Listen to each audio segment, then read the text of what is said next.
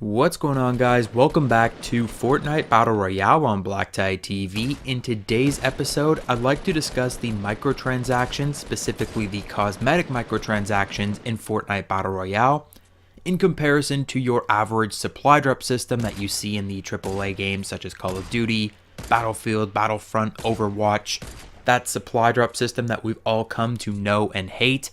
That system, I believe, is starting to be a thing of the past, and we're coming back into this older mentality of cosmetic microtransactions and being able to buy what you want. And Fortnite is really leading the pack in this. So the gameplay you're seeing is some duos with one of my mods, the Ninja Ray. I will link his YouTube channel in the description down below. You can check him out. But I'm using the Raven skin, and I have not seen so much hype over a cosmetic purchasable item in a game in a long time. When this thing was announced, it was all over Twitter. Everyone was super hype. You see a ton of players using that Raven skin, and this skin cost $20. I shit you not, in Canada at the very least. This thing was 2,000 V-Bucks, which roughly translates to around $20. And I'm not even mad that I spent so much to purchase this skin. Whereas you guys, if you follow me for my Call of Duty content, you would know that I don't buy supply drops, ever. I've never bought a supply drop, and I never plan to buy a supply drop in my life. I don't even like going to the casino and gambling there for a chance to win real money.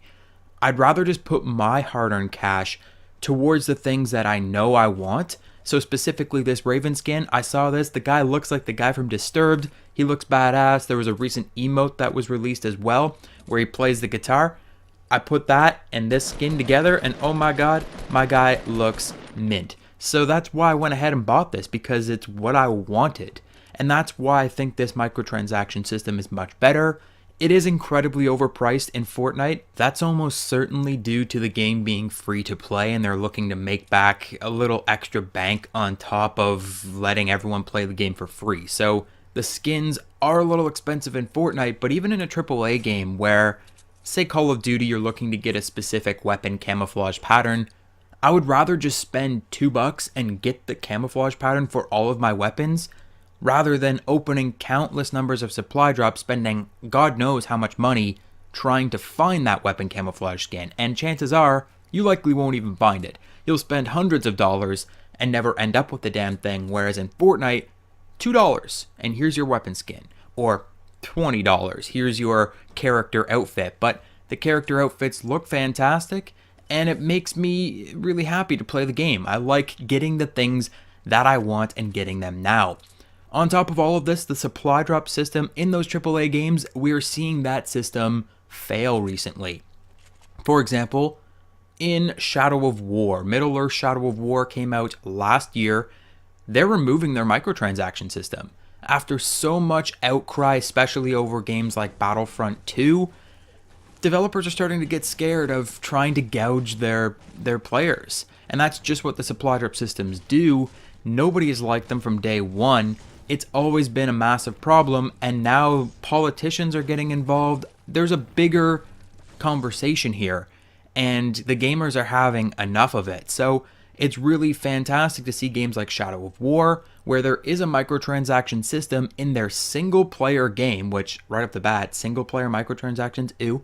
But the way that they are doing this, before you could purchase orcs. So in Shadow of War, you train orcs, you dominate orcs, you train them, you put them through trials, and they become stronger, and they'll fight for you, and then you'll have a nemesis system, and other orcs will attack you. It's a very complex system in the game, but you can skip all of that. If you have a couple bucks to spare, you can get a supply drop and get orcs out of that supply drop that are a higher rarity, that have special unique abilities. That kind of breaks the game, and that was a huge problem, especially with endgame in Shadow of War, because you had to either spend all of this money or spend like 400 in-game hours to get all of the orcs working for you to complete the final chapter of the game. That's so messed up, whereas they're now taking that system out. They have come to realize that through all of this drama, through all of the politics of microtransactions in video games, they're taking out that supply drop system. They're no longer using supply drops as of this year. Battlefront 2 took out their supply drop system. I believe they're putting some kind of supply drop system back in, but that was the main controversy of microtransactions last year, and the supply drop systems and in-game gambling, because it's more or less what it is. They removed their supply drop system, and a lot of players are very happy about that. Now they're putting it back in somehow.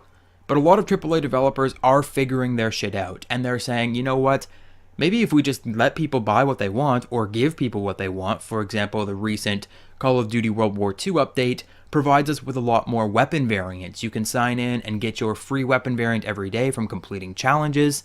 Fortnite needs to work on their challenges. I've made a full video about that, and unlocking more items through challenges, not just the battle pass.